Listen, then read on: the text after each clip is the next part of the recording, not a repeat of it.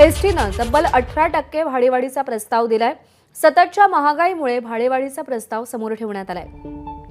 नव्या सरकारच्या काळात प्रवाशांच्या खिशाला याची झळ बसण्याची शक्यता आहे। प्रस्ताव मान्य झाल्यास मुंबई पुणे प्रवास हा 60 रुपयांनी महागणार आहे। वेगवेगळ्या योजनांमुळे एसटी नफ्यामध्ये आहे किंवा फायदा होतोय, मग हा 18% भाडेवाढीचा प्रस्ताव पुढे का येताना दिसतोय?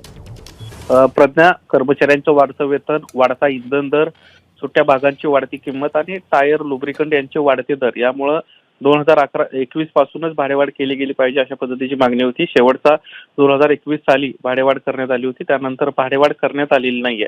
सध्या परिवहन खात्याच्या वतीनं परिवहन प्राधिकरणाकडे हा प्रस्ताव पाठवण्यात आलेला आहे आणि याच्यामध्ये प्रामुख्याने अर्थ सचिव, परिवहन सचिव आणि परिवहन आयुक्त यांचा समावेश आहे। खरं तर निवडणुका चालू होत्या, त्यामुळे हा अंतिम जो याच्या संदर्भातला निर्णय आहे तो होणं अपेक्षित होतं, मात्र तो झालेला नाहीये, कारण निवडणुकांवर थेट याचा परिणाम होऊ शकला असता, कारण हा निर्णय राजकीय निर्णय असतो।